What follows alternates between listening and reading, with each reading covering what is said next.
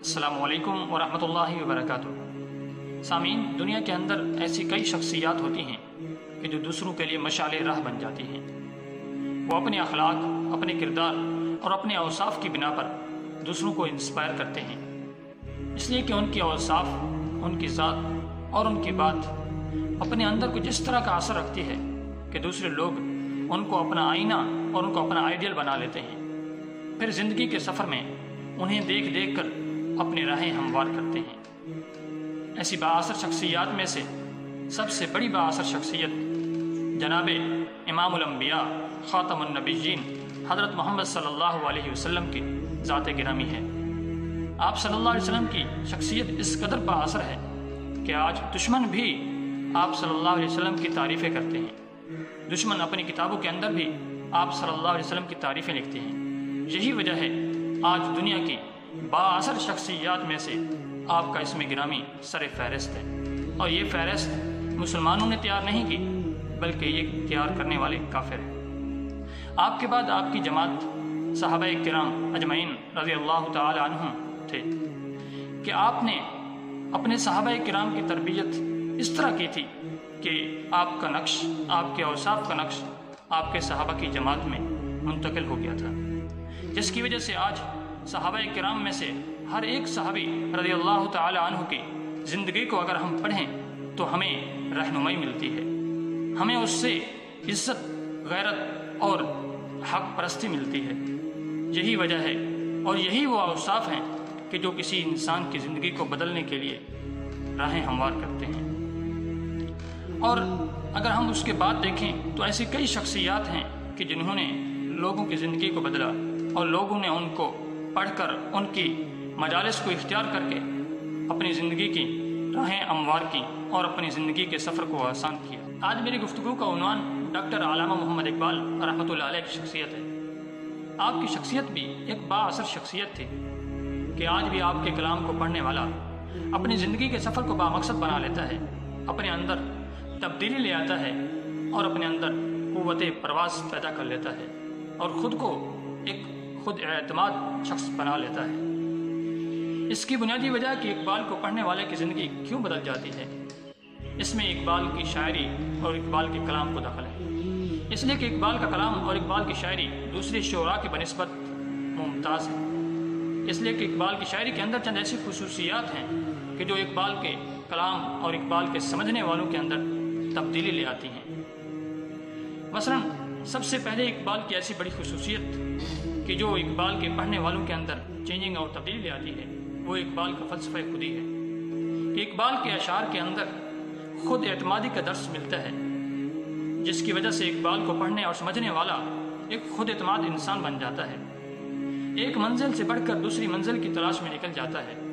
اور پھر تقدیر کے فیصلے اس کی خواہشات کے مطابق ہونے لگ جاتے ہیں۔ اور جب انسان خود اعتماد ہو جاتا ہے تو پھر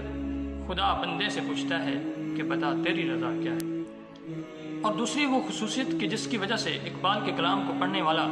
اپنے اندر زندگی میں تبدیلی محسوس کرتا ہے، وہ اقبال کا فلسفہ عشق ہے، کیونکہ اقبال کا کلام اور اقبال کے اشعار عشق مجازی سے پاک ہیں،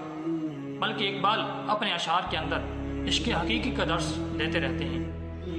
اقبال کو اپنے مالک کی کلام کے ساتھ بہت بڑا عشق تھا،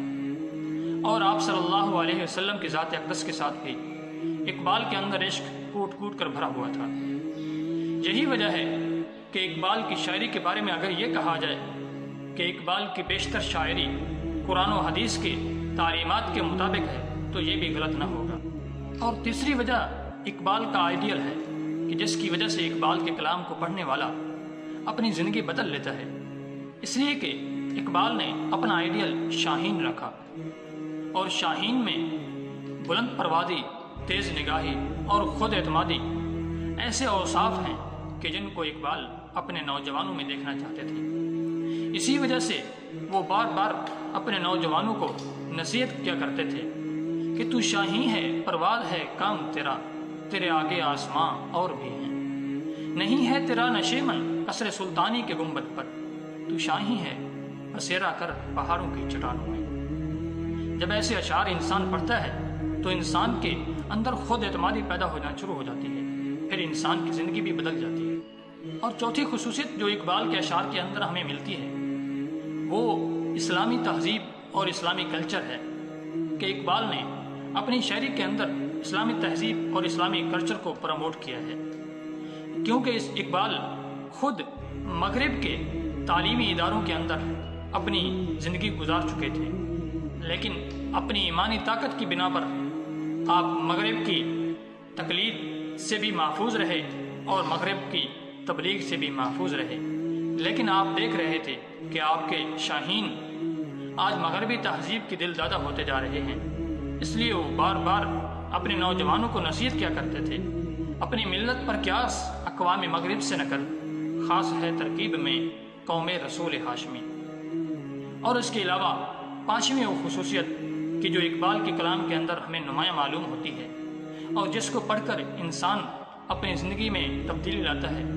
وہ اقبال کی شاعری کے اندر تاریخ ہے، کیونکہ اقبال اپنی شاعری کے اندر مسلمانوں کو اپنی سابقہ تاریخ پر نظر دوڑانے کی تلقین کرتے رہتے ہیں، انہیں بتاتے ہیں کہ تمہاری تاریخ کیا ہے، اور کیونکہ اپنی تاریخ جب انسان کو معلوم ہوتی ہے، کوئی بھی قوم ہو اپنی تاریخ کو دیکھ کر اپنے مستقبل کی راہیں ہموار کرتا ہے۔ اپنی تاریخ کو دیکھ کر انسان جب اپنے مستقبل کا فیصلہ کرتا ہے تو پھر وہ فیصلہ صحیح ثابت ہوتا ہے۔ اس لیے اقبال بار بار کہتے رہے کہ جلا ڈالی تھی کشتیاں تم نے اندلس کے ساحل پر، اے مسلمانوں پھر وہی تاریخ دہرانے کا وقت آیا۔ اس لیے آج اپنے نوجوانوں سے ضرور گزارش کرنا چاہتا ہوں کہ آج ہمیں اپنی زندگی کے اندر اقبال کی شاعری کو اپنا حصہ بنانا چاہیے، ہمیں اقبال کو پڑھنا چاہیے اور اقبال کو سمجھنا چاہیے، اس لیے کہ ایسے دیدہ ور صدیوں بعد پیدا ہوتے ہیں اور ایسے لوگ قوموں کو انعام کے طور پر ملا کرتے ہیں۔ جب ہم اقبال کی شاعری کو پڑھیں گے تو ہمارے اندر خود اعتمادی جنم لے گی، ہمارے اندر قوت پرواز پیدا ہوگی اور ہمیں معلوم ہوگا کہ ہمارے اسلاف کیا تھے اور ہماری منزل کیا ہے، ہمیں معلوم ہوگا کہ ہماری تاریخ کیا ہے اور آج ہم مستقبل میں کیا کرنا چاہیں، اور ہمیں معلوم ہوگا کہ آج ہماری تہذیب ہم سے کیا مطالبہ کرتی ہے، کیونکہ اقبال نے جہاں اسلاف کی تعلیم اور تاریخ کو مد نظر رکھا وہاں پر اسلامی تہذیب کو بھی اقبال نے اجاگر کیا۔ اس لیے آج جب ہم اقبال کی شاعری کو پڑھیں گے تو ہمیں معلوم ہوگا کہ ہماری تہذیب کیا ہے اور ہمیں کیا کرنا چاہیے۔